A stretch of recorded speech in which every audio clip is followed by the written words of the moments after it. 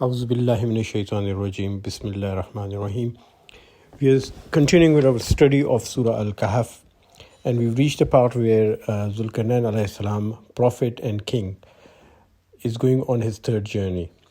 And on this third journey, he finds a race of people known as Yajuj Majuj.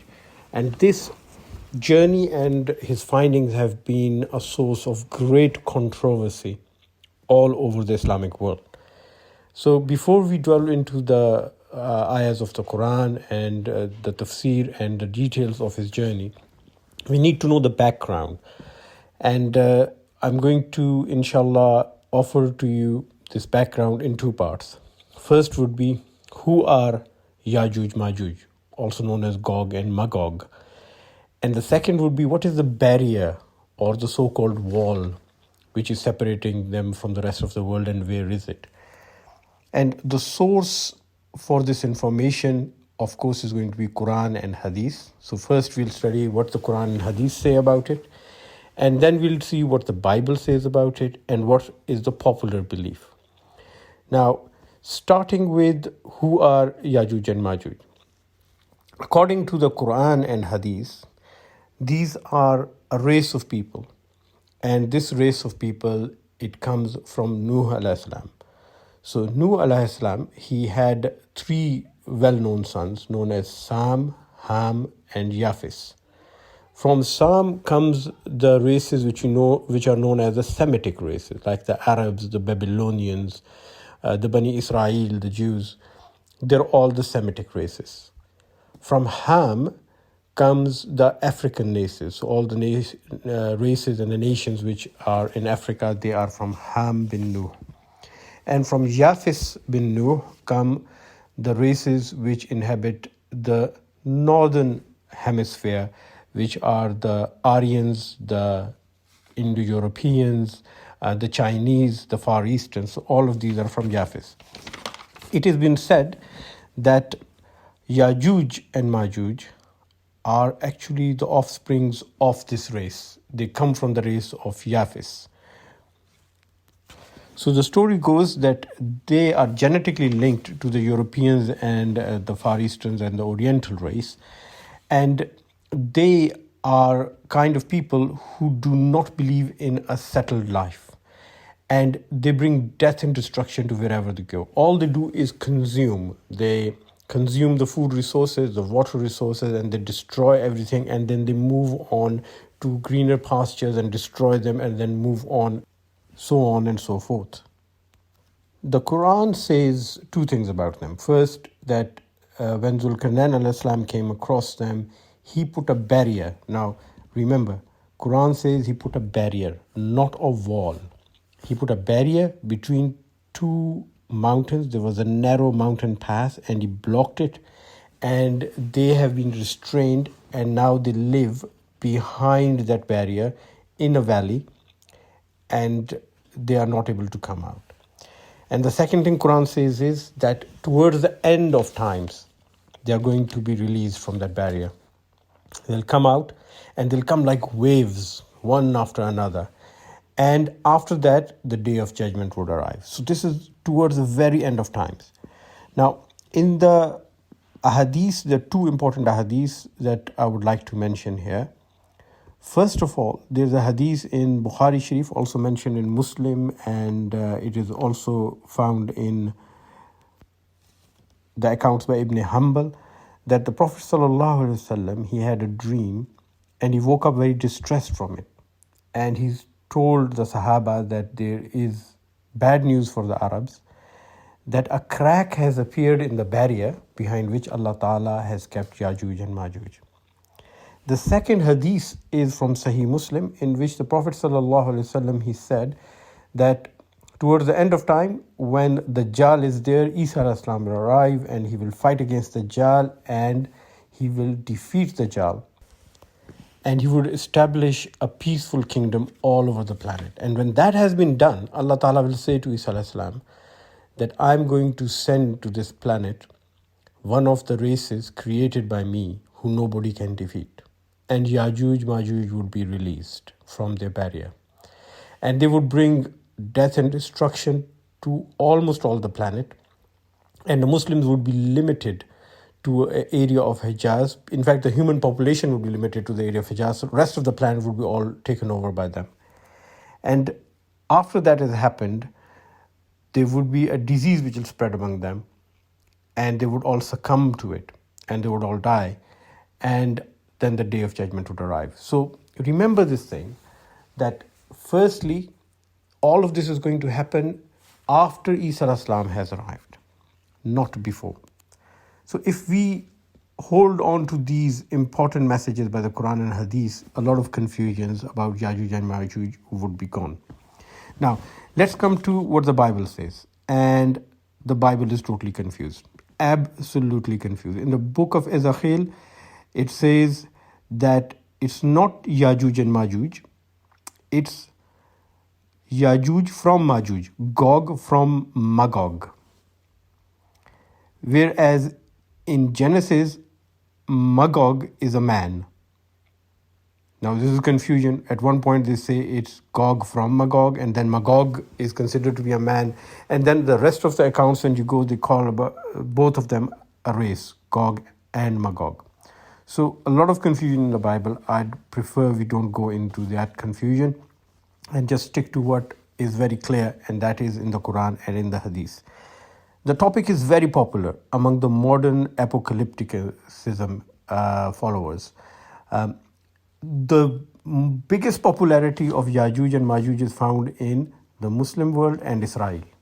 The Israeli people are also very obsessed with the thought. So let's start with where the identity of Yajuj and Majuj has been confused. So we start with the identity.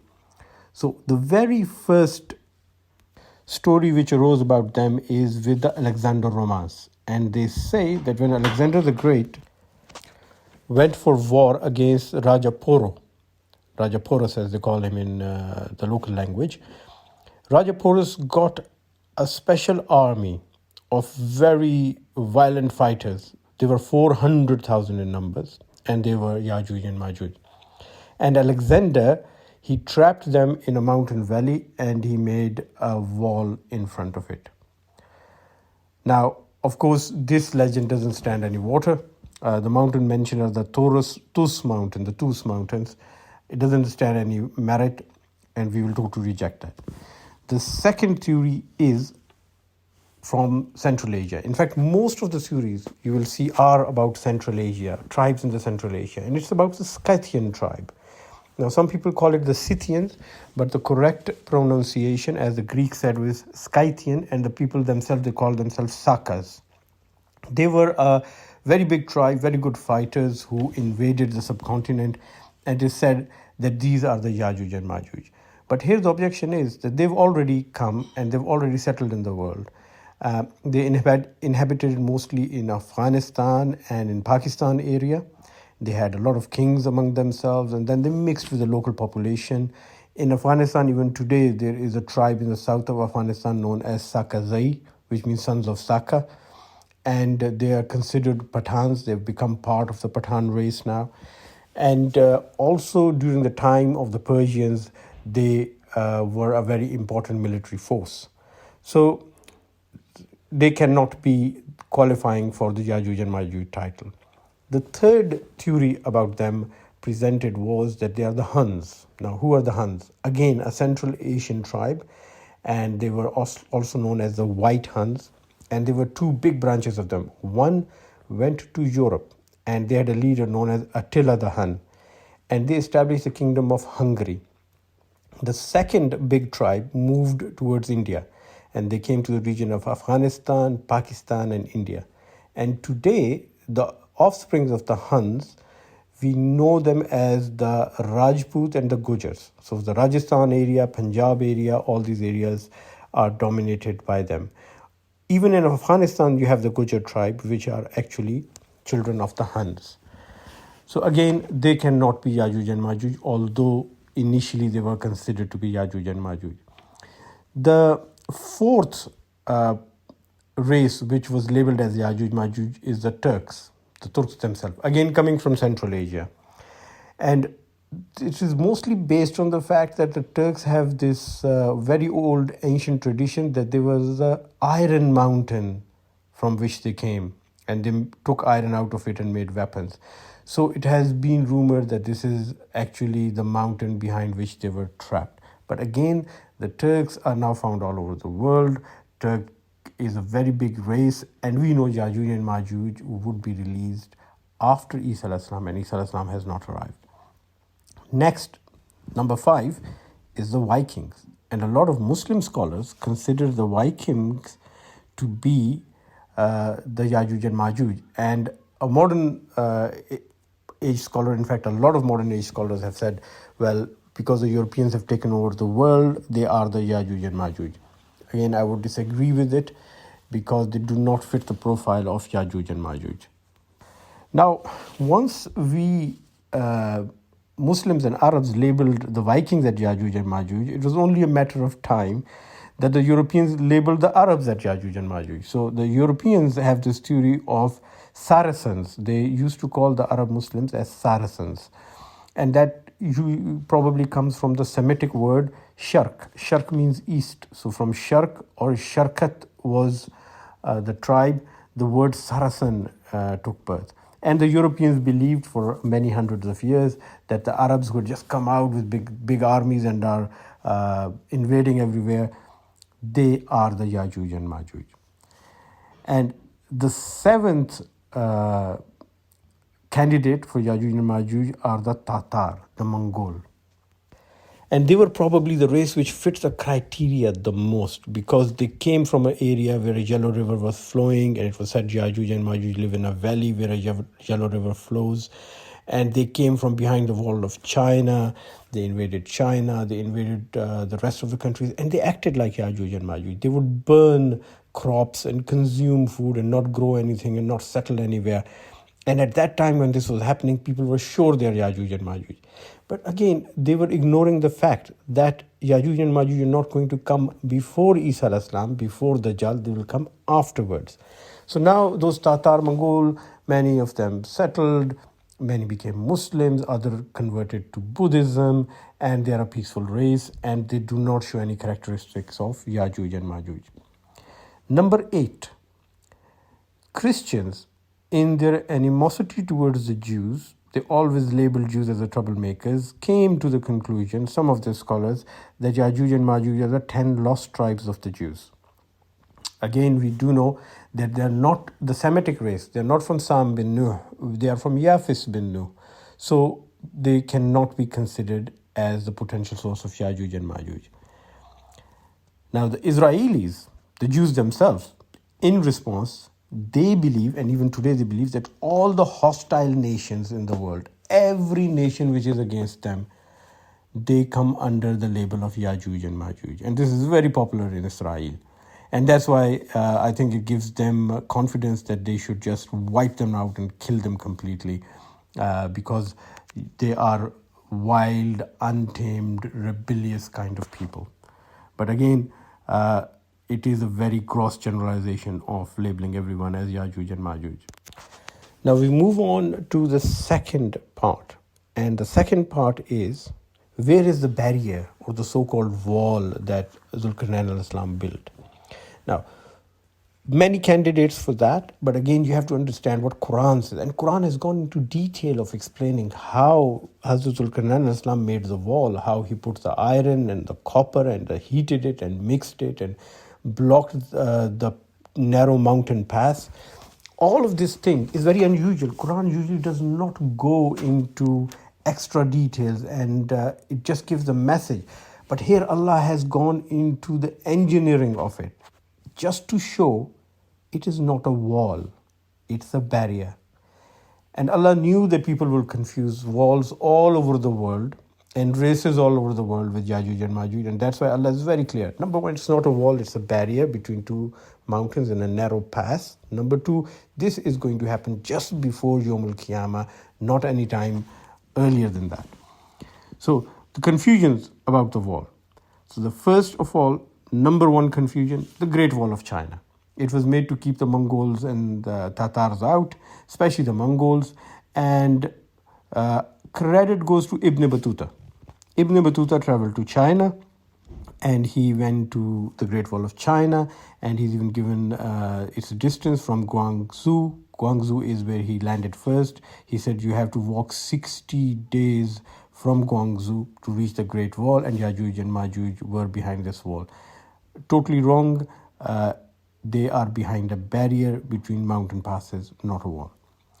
Number 2 is an area in Dagestan, Darband, also known as Darband, which means closed door. It's a walled city between the Kafkaz Caucasus Mountains and the Caspian Sea in Dagestan, near to Russia. But this cannot be the barrier because it's a walled city. It was made for defense purposes to stop the northern tribes attacking down south. But again, this is not what Yajuj and Majuj are behind. Next comes a pass in the Daryal region, again Russia, Georgia. It's got Caspian Sea on one side and it's got mountains on the other. It's a narrow pass and there is a wall there. But all of these places, you see, they've got mountains on one side and the sea on the other side. So they do not qualify to the barrier which Allah Ta'ala describes in the Quran. So number 4 is another wall which has been rumored to be the barrier. It's the Great Wall of Gorgan, which was started in 247 BC and ended 224 AD, around 195 kilometer long. And it has got 30 fortresses in it. And it was a Sasanian defense against invading armies from the north. And it's a Gulistan province of northeastern Iran. But again, this is a massive wall. After the Great Wall of China, this is probably the biggest structure in the world.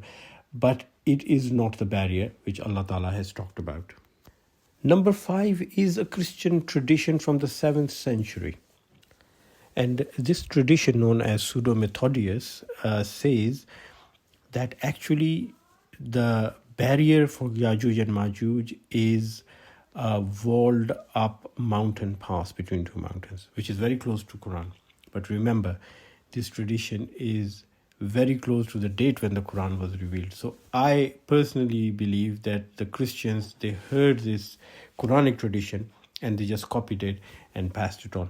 But not a lot of people in the West believe in it. So we come to the conclusion.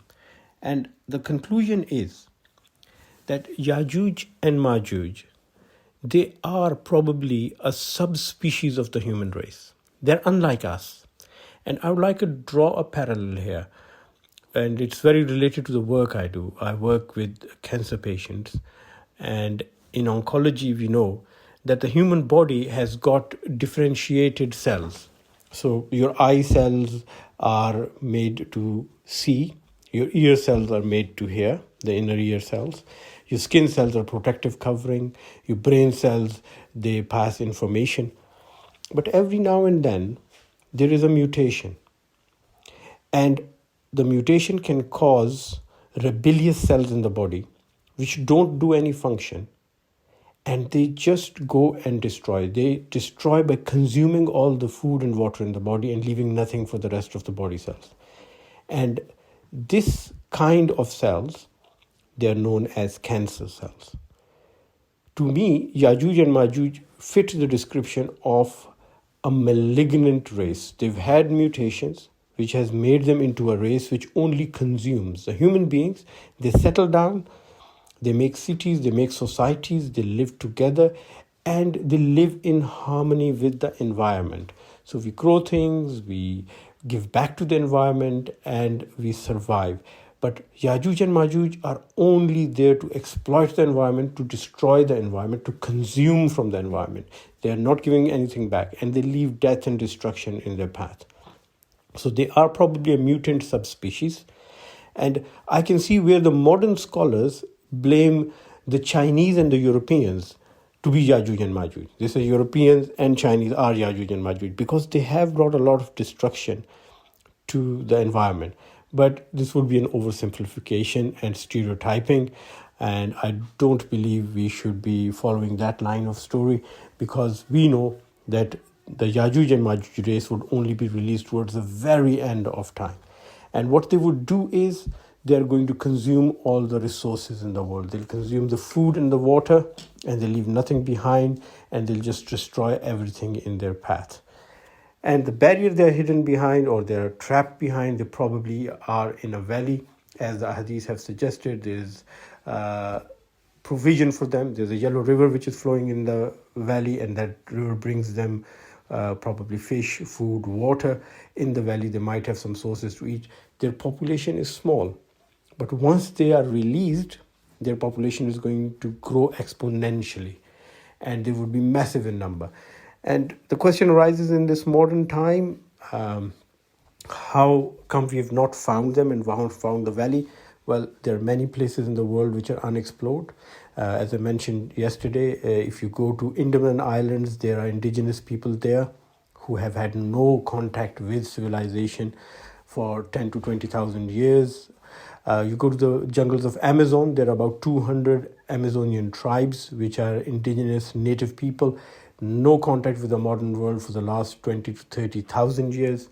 So it's not a surprise that if Yajuj and Majuj, maybe 10,000, 20,000 years ago, or 5,000 years ago, they were trapped behind in that valley and they're surviving just like the indigenous people are surviving now. So more about that, inshallah, tomorrow. We'll go ayah by ayah with Hazrat Zulkarnain alayhi salam and see what unfolds in the story of Yajuj and Majuj. Jazakallah khair. Assalamu alaikum wa rahmatullahi wa barakatuh.